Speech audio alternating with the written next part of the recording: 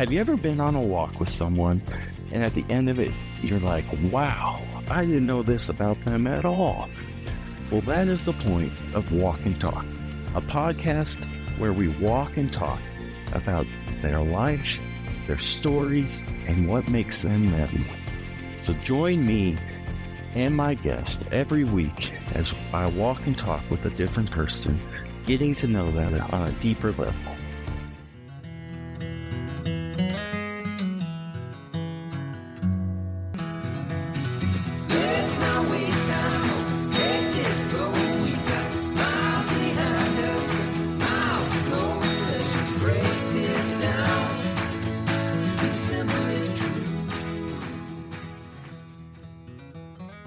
On today's episode of Walk and Talk, we are joined by BJ McKinley.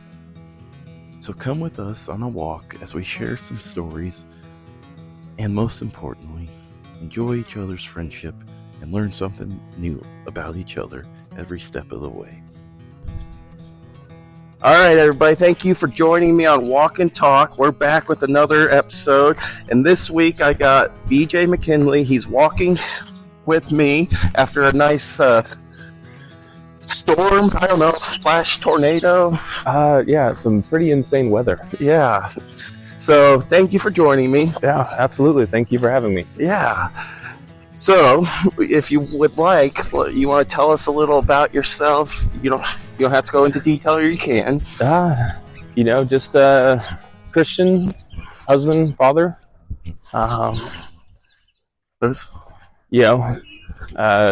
Kind of co-own and operate a small business along with a few other things that I do.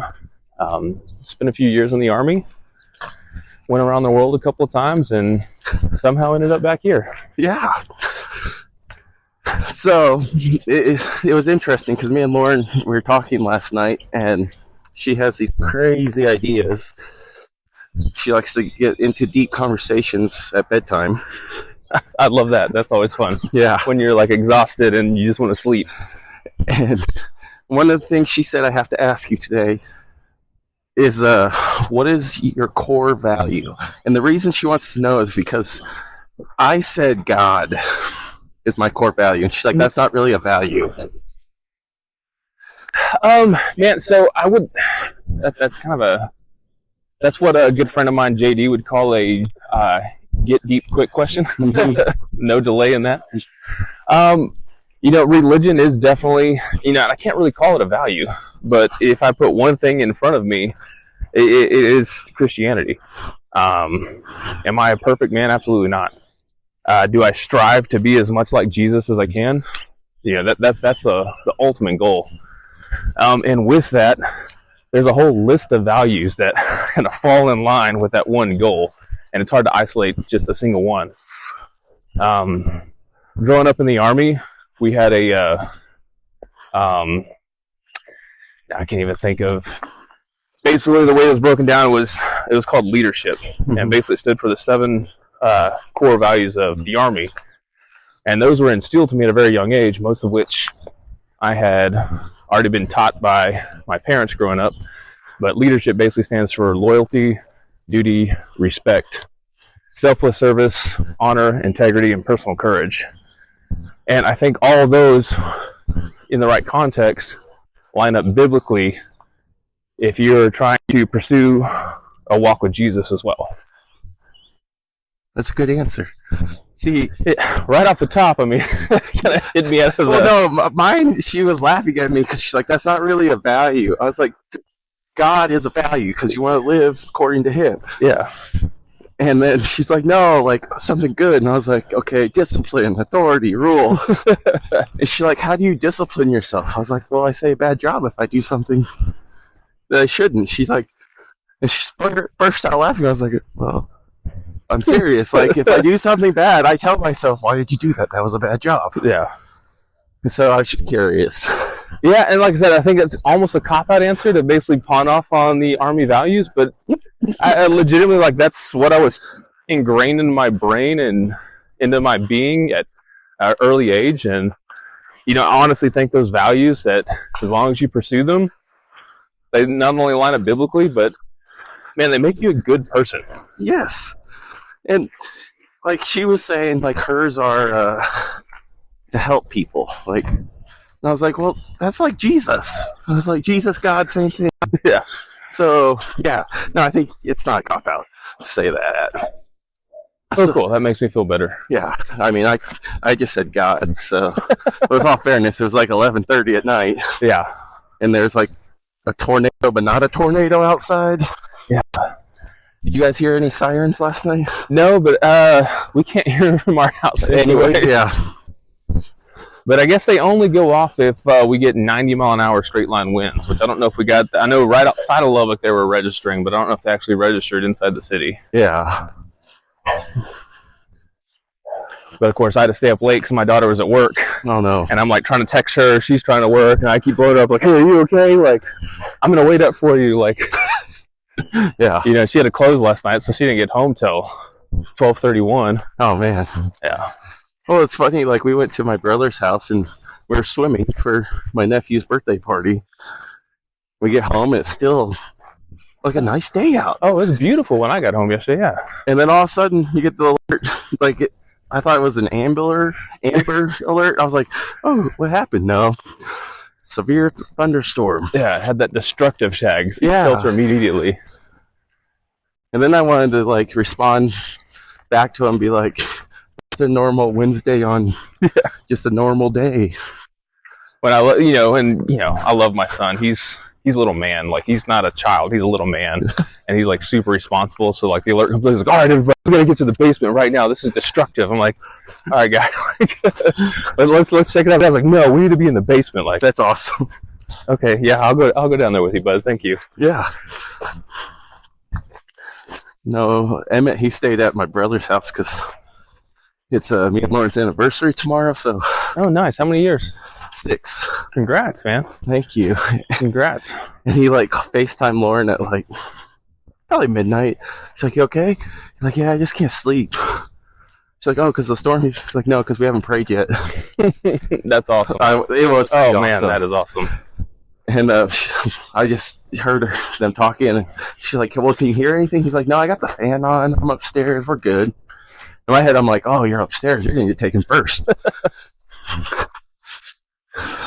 This is a nice neighborhood. I never... Oh, dude, I love it here. I love this house right here. It's beautiful. It's got that mid-century modern architect. I mean, it's just... Or mid-century architect. I mean, it's just gorgeous. Have you seen the show Ozark? I have... No, I have not. Oh, it reminds me of Ozark. The house from Ozark. I'll have to check it out. I don't know why. But if it is, stay away from that house. So... you joined the military. Did you always know you wanted to be in the military, or? Yes. So simple answer is yes, or is one of my sayings I like. Fat, story, skinny. Yes. Okay. Man, from my earliest memories, right, as a child, running around the backyard with my buddies and using sticks for guns and playing war, and all the way up to I can remember being in middle school, and me and my group of friends would get together on the weekends, and we would watch Navy SEALs with Charlie Sheen, and then we would try to reenact scenes from the movie. That's awesome. We'd use all of our allowance at the surplus store Okay. to go and buy old school M81 BDUs, and they're all way too big for us because we're kids. So we're cinching them up with belts and we're crawling around the neighborhood, just trying to get a grasp on military tactics just from what we could see in movies. And so I knew that was in my future. I just didn't know when or how. Then September 11th, watching live the towers fall, knowing we were under attack, I'm like, yep, it's 100% concreted in now. This is what I'm going to do. Okay. Still didn't know how I was going to do it. I went to, I think I did half a semester of college after high school trying to figure out how life would work. And then I was like, no, I just got to go. And so, I looked at kind of all the branches. But really for me, it was the Army made it simple. Guaranteed my job, and they were the only ones given a bonus at the time. So And they're the only ones that could guarantee I could do what I wanted to do. With everybody else, it was like, well, go to, your basic training or your boot camp and you'll get assigned a job later. I'm like, no, I want to know what I'm going to do before I walk out of this office. Yeah, that's smart. So what you're saying is, and I love the Marines, but you're too smart for the Marines. I wouldn't say I'm too smart. I've known some awesome Marines. No, I know. Some way smart. But like I said, the biggest thing for me was they could not guarantee, like, I wanted combat arms. Like, 100%, that's all I wanted was combat arms. And Marines couldn't guarantee it. I didn't want to go through boot camp and then end up as a mechanic or something else. Not saying we don't need those or any disrespect to those guys, because they're a critical part of the overall picture. But it's just not what I personally wanted to do. I wanted to be in the thick of it. Yeah, and I think they gave you clarity. Yeah, absolutely. And you knew what to expect, and so that's big. Yeah, so I had a very interesting career. I joined the United States Army. I joined the infantry because that's what I wanted. I joined with the full expect that I'd be shipping off to Iraq or Afghanistan. Immediately upon completion of basic training. And then God works in mysterious ways. Yes. Actually got recruited in basic training to go to what's called the Old Guard. It's a pretty prestigious unit. Very honored to have served there and been my time there, but my first 3 years in the military was non-deployable. Okay. So hindsight being 2020, and it was perfect for me. It gave me some time to mature, educate myself, get adjusted to living the Army life. And it also gave me time with my new wife to learn how to be a married couple 1,000 miles from home. Oh, yeah. So it was a really good timeline for us as a couple, just to not only figure out how to be married, but figure out how to be married in the Army. Yeah, and that must have been tough, because I'm guessing it was easier on you than it was on her.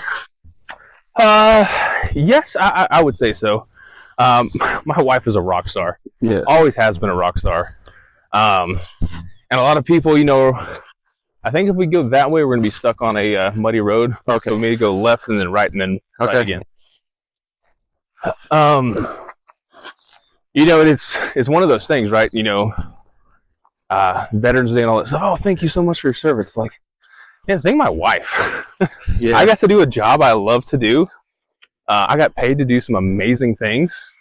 My wife's the one that really made sacrifices. She was a single parent for the majority of my time in the military. And as my military career came to a close, I actually added it up one day, month for month, how many months my kids have been alive and how many months I've been present. Oh, no. And it was less than 50%. So 100%, she was a single parent. Yeah. She took care of all the bills, raised our children, and for the most part did it by herself. So she's the real one that's like, hey, thank you for your service. Your sacrifice, you putting your career off, the things you wanted to do in life, allowed me to go and chase a dream. See, and that's what my dad always says. It's like, no, it's my mom that's the real hero. Yeah. And it's true. Like, as you said, you were there not that much. She was in this new place. You got friends assigned to you. Yeah, 100%. And so even though like military bases, like they're friendly, like the wives try to help each other, it's still like meeting new people and being vulnerable to go do that. So no, I think the wives need to have a day. Yeah, 100%. Or like, most things, like give the wives a month. Okay, I'll give them a month. They'll take it. Yeah. But so did she get a job at any of the places, or she just raised? That sounds bad. I know raising kids is not just raising kids. It's huge. It's harder than any job out there. But did she try to get out of the house, or she just? When we were stationed in DC at my first unit, I was a E2. Okay. So my paychecks were were laughable. We lived in like a 900 square foot apartment on an 11th story of a massive high rise. All right. And I mean, I remember our first few months of being married. We're in a new place. We have like the old school, big, thick, 100-pound, like 25-inch TV. Yeah. Sitting on the floor, a couple of lawn chairs, and an air mattress. And, you know, so we have nothing. And, you know, my paychecks would cover the rent basically and, you know, some groceries, but we weren't doing well. Yeah. So she got a job at a bank just to kind of help bring in some income. And plus, I mean, she had nothing to do. We didn't know anybody yet. She'd go stir crazy just sitting in that empty, unfurnished apartment all day, every day. So, you know, she got a job at a bank and, you know, that kind of helped. And then towards the end of that enlistment, you know, I had really played around with the idea of getting out of the military. Uh-huh. You know, I hadn't got to do what I'd wanted to do yet, but I'd gotten to do some pretty amazing things. I was in an awesome place, was surrounded by awesome people. But I think I was a little homesick or whatever, or just didn't know if the Army was going to be a career. Yes. Came home from work one day and found out my wife was pregnant. You know, we'd been married for 3 years, but it was not really planned. Okay. And so for me, I was like, oh, I don't know how to do this without the Army, because they pay for everything. And so let's just, I went and saw probably within the next day or two, I was sitting in my career counselor's office and basically looking at my re-enlistment options. The time was a great time to re-enlist, and they gave me a even bigger bonus than my initial one and gave me duty station of choice throughout the world. So after some discussion with my wife, we re-upped and we decided to move to Hawaii. Oh man, that must be tough. Oh, it was horrible, miserable. That must have made her a little happy. Like, oh, it was, and that was some of the greatest years, which is kind of hard, right? Yeah. Like, you know, I'm peaking in my early to mid 20s on the most amazing place ever to live. Yeah. And it was a phenomenal place. I got put in a phenomenal unit once again, surrounded by just giants of men that helped. I knew a little bit about living in the Army. I didn't know anything about leading men into combat. And, you know, wasn't super well versed in the infantry skills and tactics because we just didn't have time to perfect those at my first unit because it wasn't our primary job. So I had some great non-commissioned officers take me under their wing, show me the ropes, and man, it was an awesome experience. Okay, so here's a question for you. If you could go back and nothing else changes, like you still get your kids, you still get your wife, if you could go back, would you go to West Point or would you still enlist? I would have still enlisted, which is so hypocritical because I've made it very clear that if my son wants to join the military, he'll do it as an officer. Yeah. But I would have not had the same experiences.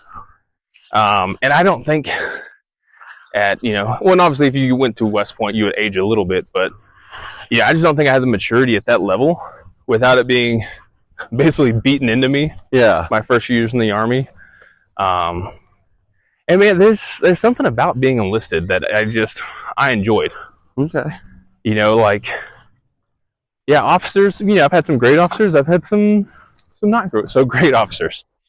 But, you know, they, even though they're an infantry officer, man, when it comes down to like doing the job, they're still kind of in the middle of the pack. You know what I mean? You don't really, at least in my experience, you know, we never had an LT of ours being first to the door, which they shouldn't be. Like, that's against all doctrine and tactics. Like, they're the important one. Yeah. Keep them safe in the middle. But, man, I loved being the number one man.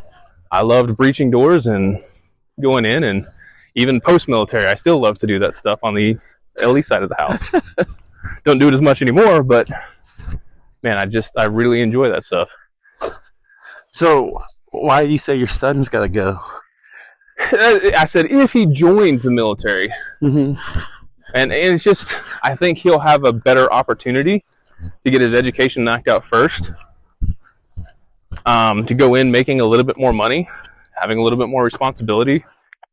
And it's one of those things too, like, one of the things I was listening to a podcast not too long ago, and something really stuck with me when it comes to raising sons and daughters. And it's when you're raising a daughter, you are showing her what to look for in a man. Like, that's your 100% goal. Make the example so she knows what to look for in a man. 100% fall short of that all the time, by the way. But me too. It's okay. But with your son, it's different. With your son, you are legitimately training your replacement. And so, like, with my son, like, I try to give, not spoil him, obviously, but I try to give him experiences and knowledge that took me years and years and years to get. So I'm basically trying to make him and put him on a better path than I was given. That's 100% my goal. Hey, you're going to be better than I am. Yeah. So do you think if you had somebody in your life when you were first enlisting that had gone and done the enlisting side to sit you down and been like, no, you want to be, do you think that would have changed your mind or no? Honestly, no. I've always been pretty stubborn and hard-headed. That's and true. One of those type of guys that's like, no, I'm going to learn something my way, even if it is the hard way. Once I set my mind on something, like, yeah, I'm just going to do it this way. Okay. Hey, bro, that's really wrong. Like, that's the hard one. Yeah, I'll figure it out. That's what, yeah. Okay. And that's an interesting, the replacing you. Yeah. Training your replacement. That's interesting. I never thought of it that way. Yep. And like I said, I never really put it in that context until I think it's Nick Freitas. I think he's a congressman in Virginia. He's a retired Green Beret. Okay. He's had a really big social media influence and been following him. And, when I heard him put it into those words, like, oh, dang. Like, I always had that philosophy, but just not in that context, if that makes sense at all. No, it does, because I'm like you. I never thought of it that way. Excuse me. It was more, I got to mold him into a man, not to replace me. Yeah. Which is interesting. I don't know. So I was like, my dad would take me to, out in the country, and we'd just shoot some old guns growing up. I developed a love for it, but there was no training involved. Like, hey, don't point your gun at me and be safe. Yeah. Here's how to semi-aim. Like, I didn't grow up knowing anything about shooting. So what do I do here with my son? I train him. I ingrain firearm safety into him. My son is, he's pretty awesome. He's a pretty good shot with a long gun. Way better than I was at his age. At his age, he's already a better runner than I ever was. So he's got the propensity to be an amazing man, and it's really exciting to watch it unfold. What do you think's easier? Raising daughter or a son? Ooh, that's a loaded question. No wrong answer.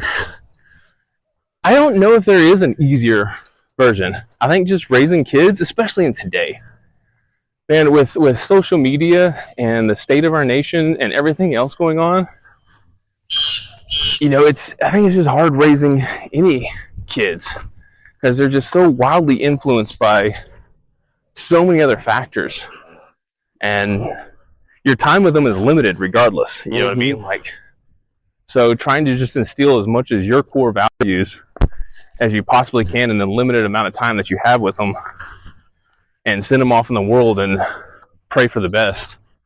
I don't know if there is an easier version. See, and how you were saying sending them off, the one person or people that have the most influence, I think, are the teachers. We don't see our kids, from 7:30 in the morning till 4 o'clock in the afternoon, if we're lucky. Yeah. I mean, they're at school, they're doing events, we got work. And so you have to hope. And I think we're focused on the big picture of Satan not taking over our country in like the president's area. We forgot to focus on the teachers. Absolutely. And he's kind of sent his army in there. And you see it every day. Just it's honestly disgusting. It is. So I'm, in the position I am now, I don't know if you would call me working in public education, but I'm working close knitted with public education. You're definitely in public education. Okay, fair enough.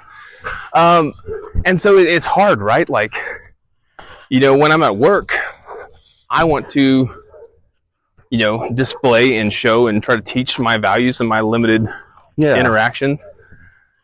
And even though I work with some amazing people and some great teachers, I still pay to put my kids into private school, just because I have that much more control over what my kids are being taught. My kids' school, the Bible is a foundation. It's actually a class they're required to take. And that's one of the things that's like, no, I want biblical worldview, biblical education taught to my kids, something I was never taught. Yeah. But it's very important. And like for me, having that extra level of control over what's poured into my kids through the meat of the day throughout the majority of the year is huge for me. No, I agree. And it's how you're keeping your kids in the private side. I don't see a way around this. Yeah, I think we're getting wet. It's okay. Embrace the suck. I think there's been a new push to do homeschool in a different way. Instead of just doing your own kids. Homeschool co-ops. Yes. Like those have been exploding.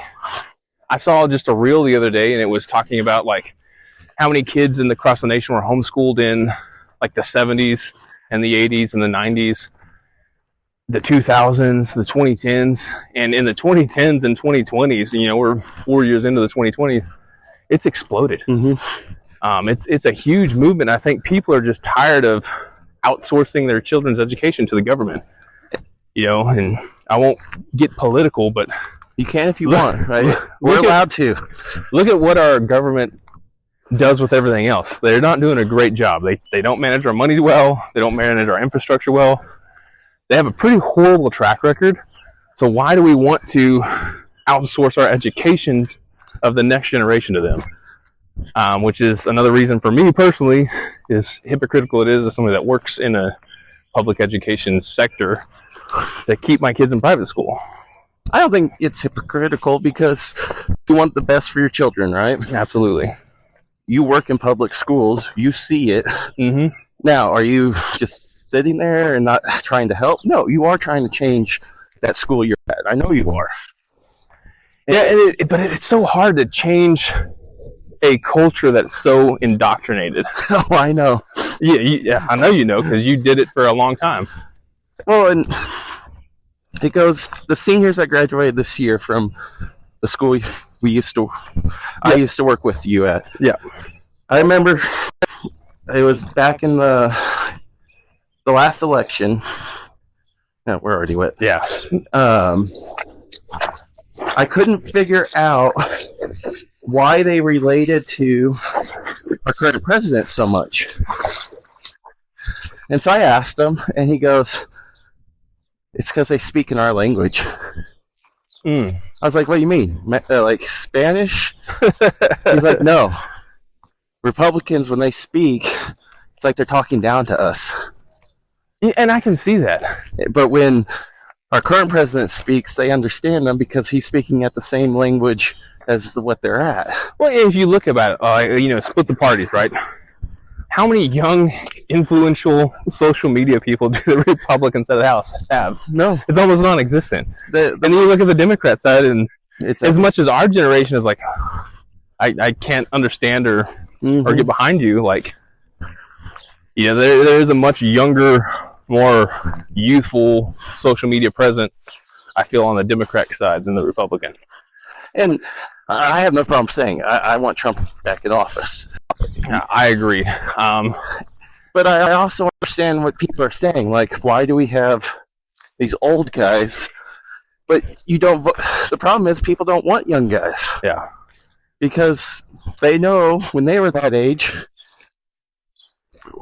we weren't ready to make decisions about what we should do with our own lives. So how are we going to run a country? No, fair point. And so I think the system's broken. 100%. Like, there's career politicians are so far away from what our founding fathers intended. Mm-hmm. And that's, I think, the biggest gap in our current political climate is, back in the 1700s, for you to serve in a government role, it was a burden. Mm-hmm. Like, you didn't want to do it for very long because it took you away from working your fields, working your business. You had to travel to another location to do these things, and it was a massive burden on you. Yeah. So by the time your time was up, you're like, I'm done. Somebody else's turn. That's why they wore the wigs, because it covered up the real color.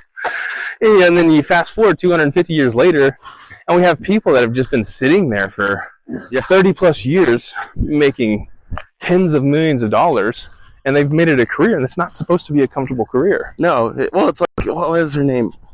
I call her Frankenstein, and I know it's not nice, but it's the one from California. Yeah, I know who you're talking about. Like, I'm sorry, she should not be in office. Like, I have nothing against older people, but she clearly does not know what's going on. I mean, there's a long list of current politicians on both sides of the aisle that have no business being there. Well, and people are always like, "Oh, you support Trump, so you're a Republican." I'm an independent. Yeah, I can't get on board with the Republican Party. Like, I'm very similar. Like, I just want smaller government. Mm-hmm. It's just too big. Yeah. There's too many rules, too many regulations. There's way too many taxes. We get taxed on everything 2 or 3 times over. It's just too big. Let's get back to the initial intention. Small federal government, let the states manage themselves as much as they possibly can. That way, if you don't like how your government is, move to a different state where you agree with their politics. Well, that's the issue, like, that we're seeing right now. We won't get into the if it's right or wrong, but the Roe versus Wade. People don't understand that's exactly what you want. Like, it's sent back to the state level. Yeah, if you don't agree with it, move somewhere else, or vote in your state and change it. Yeah, change it and change it. But it's too. I think our problem is we're dumb as people. Yeah. We are dumb as a society. Absolutely. I think it goes back to the cell phones. Yep. And our government, the Constitution, everything is written. I think they were smarter. They had more knowledge back when they first started our country. And I'm not saying we're not. We're smart in different ways. Yep. But the cell phones have taken away the need to be knowledgeable. Absolutely. And so when something gets done like that, people just hear, "Oh, they took away abortion," and they don't actually understand what's going on. It's like in history classes. Guess how long we teach government for? Like 1 semester? Yeah. You can't cover the government in 1 semester. No. And back to the classroom, how many public schools have a personal finance class? None. Like, that's a life skill that kids need to know. Hey, how do you balance a checkbook? How do you pay your taxes? How do you set up and maintain and manage a budget? Like, once again, that's where I feel like we are failing our next generation by not preparing them for the things they actually need. We're preparing them to take some tests that the state mandates to award funding. And that's all we focus on. Yeah. Like, that's not going to help these kids be successful entrepreneurs, successful, and they're just, if they want, to go and work for somebody else. Not knowing how to do basic finances is what's crippling a lot of our country. Mm-hmm. These kids don't understand, if I go for I won't put a name on it, but X degree at this university, it's not going to translate into a real world job. So now I'm going to still work at an entry level position, making just over minimum wage, but now I'm tacking on 60, 80, 100 grand of student debts that I have to pay for, unless, you know, someone else is now taxed even higher to pay for that debt. Well, not only that, it goes to just choosing the school that you're going to go to. Why do you have to go to, I'll throw out Michigan, University of Michigan, over a small school? Because society told us if you go to the bigger school, you'll get into a better job. That's wrong. You know how many times I looked just to see that they went to college? That's it. Because you can have somebody that's smart and got all A's, but they're not good in the classroom. And so I didn't care where they went. And so I always tell students, go to a small school. Unless you get a good scholarship to go to this big school where you don't have to pay for it, go to a small school. You're going to get better experience. Not only are they it's going to be closer to high school experience, because at a small school, when you get into your degree and taking those classes, like for your major, the teachers and the professors are going to notice when you're not there, if you're struggling, and they're going to reach out. You go to a big one, you're in a class with 100 kids. At least, you know. And they're not going to care if you're there or not. They're getting paid. Yeah. And not that they're not great teachers. I mean, like that. But yeah, the accountability is just not there. You know, if you're one face in 200 sitting in a massive auditorium for a lecture, like you said, the professor is not going to notice and or care if you're there or not. And so I always tell them, go to a small school. If you want to go to a big school after you get your general ed out of the way, then do that. I think we'll go this way. Sounds good.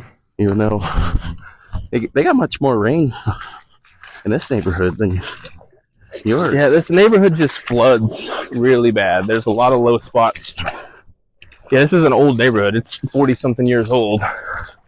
So I think it was populated well before our understanding of how to usher water certain directions. Well, it is Lubbock, so yeah, we still don't know how to usher the water out of the roads. We live on a pool table, basically. Yeah. So yeah, I agree, and I think we'll spin back to the homeschool. Like, I could see it even going further and public schools being gone. That is, you know, given enough time and current trajectories, I can absolutely see that being a thing. Or maybe not gone, but a fraction of what it is now. You know, I follow Tim Kennedy, kind of a pretty amazing individual. And he started that Apogee school down in Austin. And that has apparently been wildly successful. Like, they started off with the one location down there. And I think they're on track for like 2025 to have like something insane, like 5,000 more schools across the country. Because it was so well received, because they take education and they turn it and make it make sense. You know, they teach trades and skills, and you know, they're not expecting young boys who are not designed to sit in a classroom for 8 hours a day. Yes. They put them outside. You know, they let them use their hands and move around, and from all accounts, like I said, that I've seen or read or heard, it's been wildly successful. Well, think about this. In elementary, our kids get to go and do PE and then go to recess. They get to middle school and they're like, no. But they haven't changed really. They still need the outside. They still need to play. How much discipline would you need if you allowed kids to go outside and play, even through high school? Yeah, or just, like I said, let them burn off some energy. And I'm not talking where it's athletic period. No. It's recess. You're going out there and you're going to play like you did when you were little. Absolutely. And not only does that help them burn off that energy and help them to be a little more calm by the time you get, but socially. I mean, everything thinks high school and middle school is a social experiment, but you get to talk in the halls and at lunch. Yeah. You know, how social is that? It's not. And I think if we allow them to go outside, not only does it'll help with sickness. Yes. Hello, son. Thank you. Try up some of this water. Well, it's just the vitamin D that we're going to get from it. Our kids need that. Absolutely. And then not only that, the adults need it. You get to tell a high school teacher, you get to go outside and watch your kids play. Mm-hmm. It's like a mental break, even though you still got to watch and make sure they don't do anything. But it's different than trying to control them and teach them. Oh, I agree wholeheartedly. I mean, it's just the current structure as it sits, It's broken. It needs to be changed. Well, it's like the funding. Why does the top scoring test schools get the most funding? They're already doing great. Like, you need to pour the funding into the poor test schools. Yeah, that are obviously struggling, with multiple things. And I'm not saying just give them money, but give them money for resources so they can make up the difference. Absolutely. I'm sorry, we have three big school districts in Lubbock. 2 of them are doing good. One's not. Who's getting the funding? And you can clearly tell who's not getting the funding. Absolutely. But yeah, I think what they need to do is, I don't think there needs to be a school district that's bigger than a 2A. I haven't ever thought about it like that. Just try to keep everything small. Like, why do we need a 6A school? Yeah. What is the point of that? Yeah, why do you need to have 1,000 kids in your class? Like, how much cheaper would it be? You already have to build these huge campuses to fit these kids. So instead of building one building on one... So basically you're saying instead of building one $22 million school, build 10, $2 million schools and spread it out a little bit. And see what happens to those schools where there's only now maybe 15 kids in each classroom. Yeah. Instead of, like Cooper, waiting until they got too big. Like, why are we now we have a 5A and a 4A? It's massive.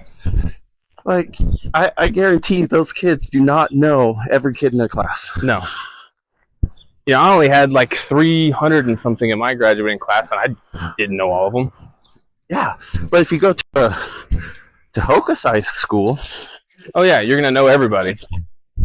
But how much more would they develop?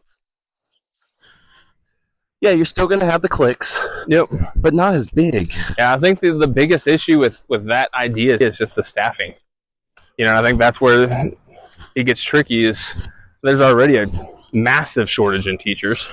That's because they don't pay. And once again, it's all about where we put our money, right? Mm-hmm. We know what your entry-level teacher makes, and in today's economy, you can't live off of it. No, you got to get 2 more jobs to live off of that. Yeah. So I think it starts with, why don't we pay our teachers more? Why don't we make it a more desirable job? Because they only work and they get summer off. They're not working full year. That's what people say. But it shouldn't matter. Once again, this is back to the fundamental root. These people are some of the biggest influencers in our kids' lives. Mm-hmm. These should be well paid individuals that actually want to be there. Well, think about it. Since COVID happened and came back, we had the teacher shortage start right after that. Mm-hmm. What also happened in the news? We got teachers leaving, and we got more terrible people sliding into teaching jobs. Mm-hmm. Yeah, I feel like there's more news articles about horrible teachers popping up post-COVID than I remember ever seeing pre-it. Yeah. And I think that was just because it's desperation. Mm-hmm. You needed people. And so you got people. Yeah. Well, there's a reason people don't want to be teachers. Yeah. Like, there's a few that get called to it and, like, they like it. But the ones that are like, oh, yeah, I want to do that. Come on, hire me. Yeah. But, okay, why? Why am I hiring you?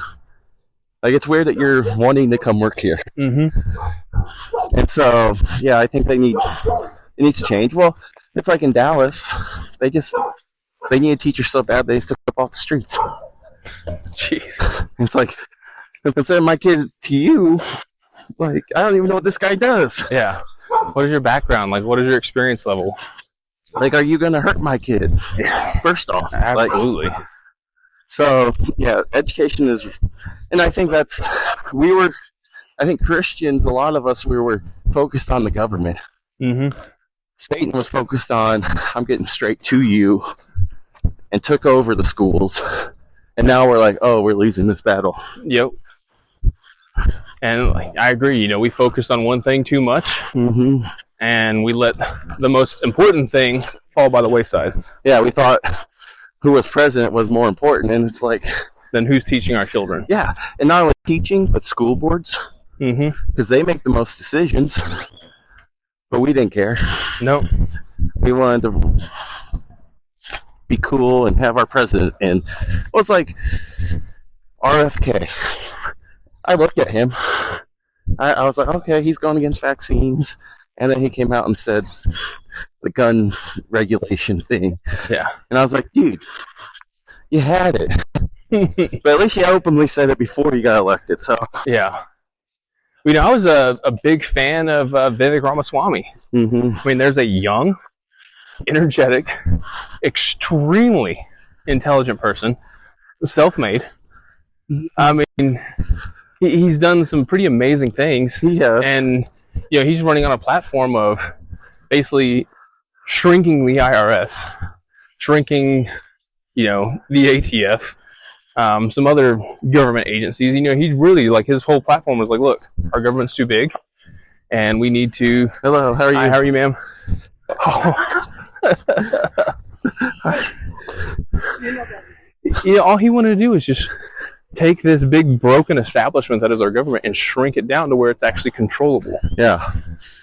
Problem was he reminded people too much of a president that was in office during 2008.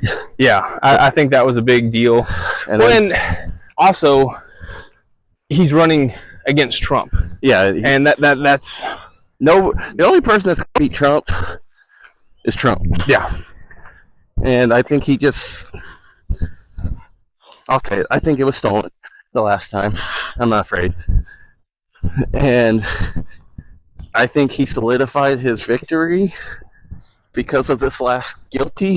Mm-hmm.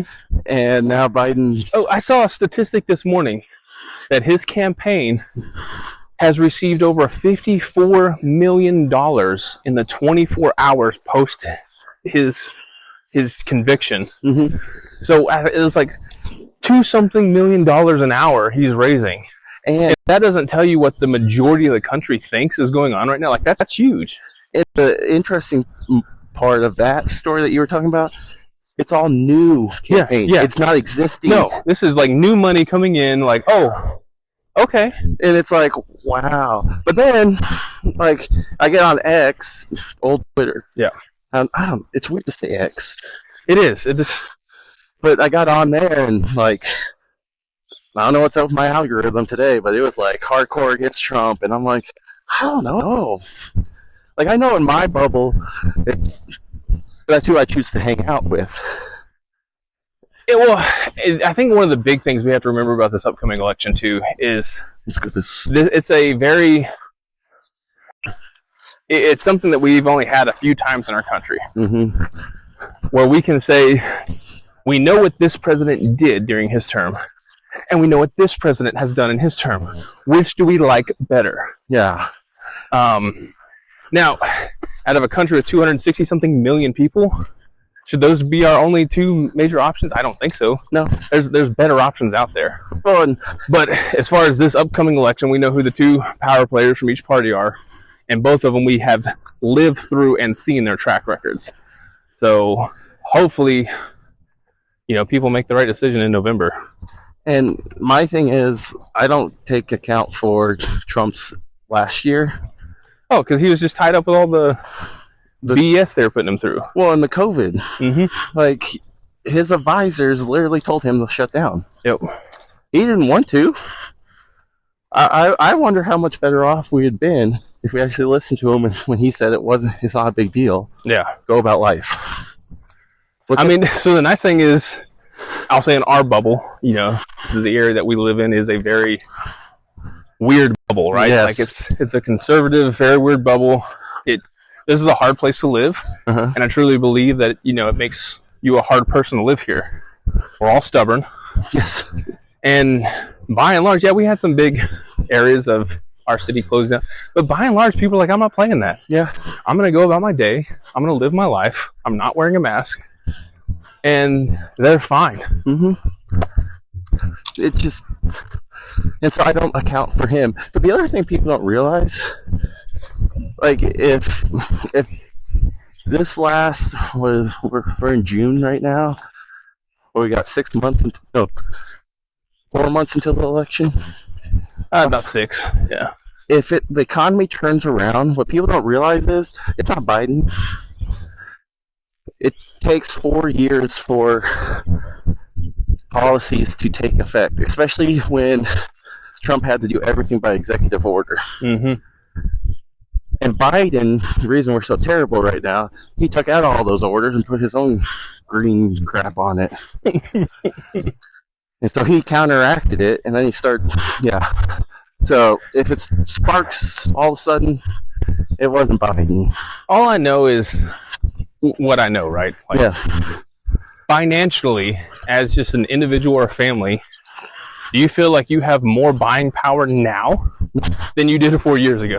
No, even before COVID hit, because I know everybody's like, oh, it's I would say even post-COVID, his last year. Yeah. I still feel I had more buying power then than I do now. Well, not only that, like, I had a big gas guzzler, and I didn't worry about filling it up. No.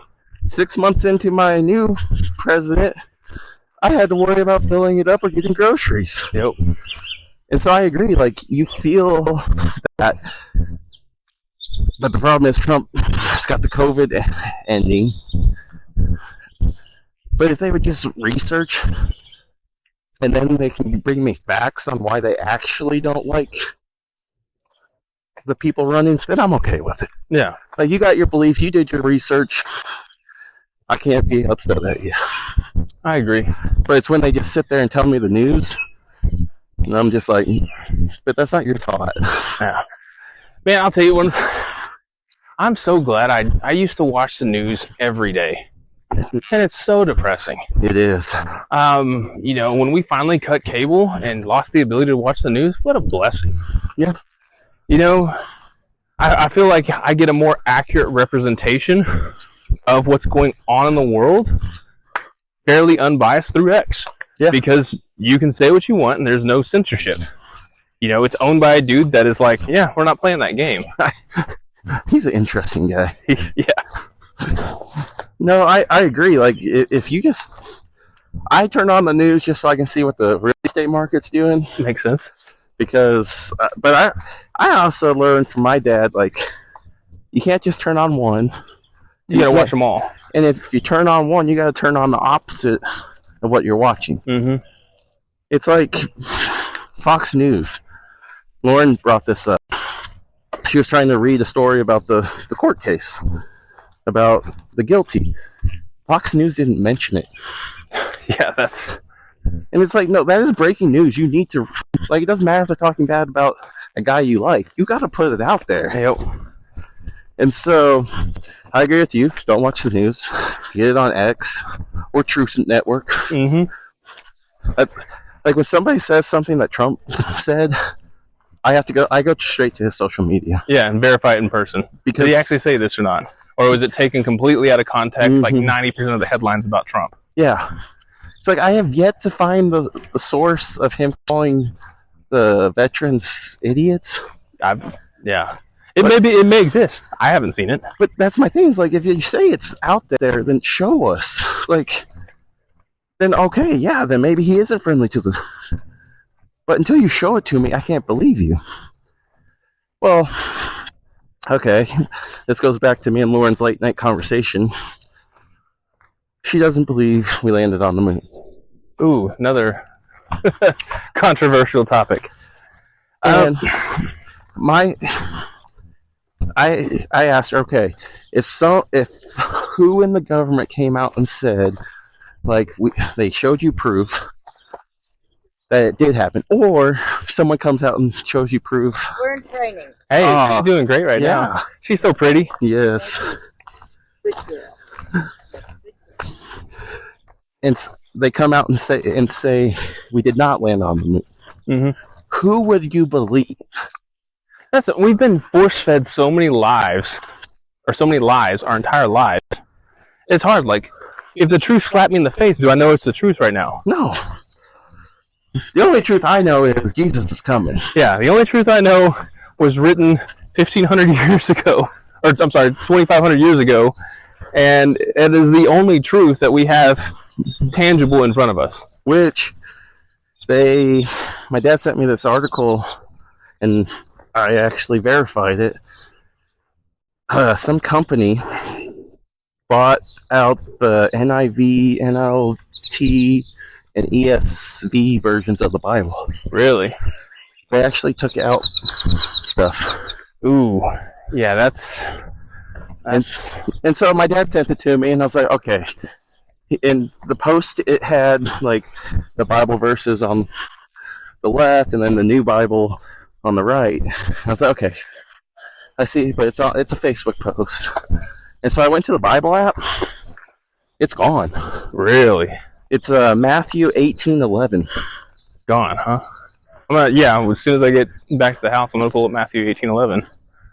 Where? King James Version has it, but no NLT or NIV. Mm-mm. What about ESV? ESV, nope, they took it out. Jeez. So, where is it? So yeah, for the Son of Man is to come save that which was lost. That's King James Version. I am in Matthew 18, ESV, 18:11. Do you see it in there? It's the top. It legitimately goes 10 to 12. Yeah. Like, they're not even hiding it. No. It goes straight 10 to 12. The company that bought them, those translations, because apparently it's their sister companies, made Satanic Bible. Mm. And so it's interesting because one of the big things that non-believers say is, how can you trust the Bible? It's written by men. I would say the biggest argument to that is look at 2,500 prophecies come to life. Mm-hmm. Men didn't write that. Yeah. Men were inspired. The word was breathed into them to write that. They physically put pen to paper. But it was God. Yeah. It's God's living word. And the mathematical equation for 2,500 prophecies to be fulfilled so far in our current history is insane. It doesn't exist. Yeah. Well, I can see the non-believers saying that. Mm-hmm. Because, if a company bought it and took out a verse, how is it God's work? And it's like, Satan, man, you are... Yeah. Well, and that just leads me to believe, man, I love the convenience of my Bible app, but man, maybe it's just more back to hard copy paper. I've had the Bible that I still carry, my Bible, right, was given to me by my grandmother, still inscribed, 1995, and that's my Bible. It's worn, it's faded, it's torn. I'm not gonna get rid of it. I've had it since 95. Well, and not changing it.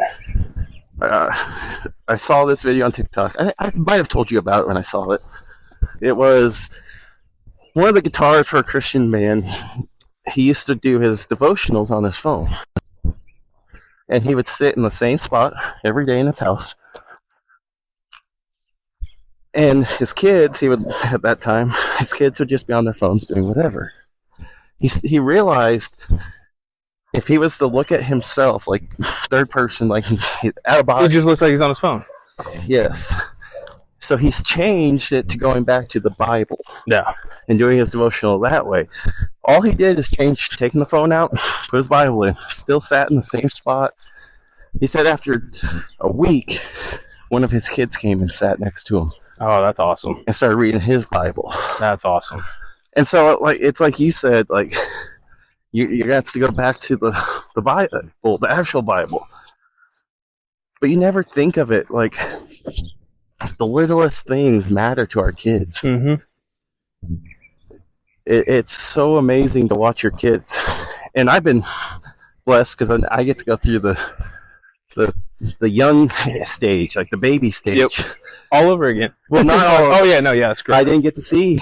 Yeah. I got Emmett when he had just turned 3, so I didn't get.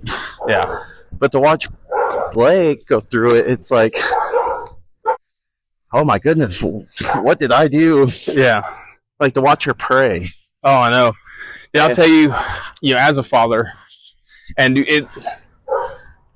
I've almost got to where, like, when we're at church, I can't look at my kids during worship, because when I watch my children worship their Creator, their Lord, their Savior, it is the most beautiful thing.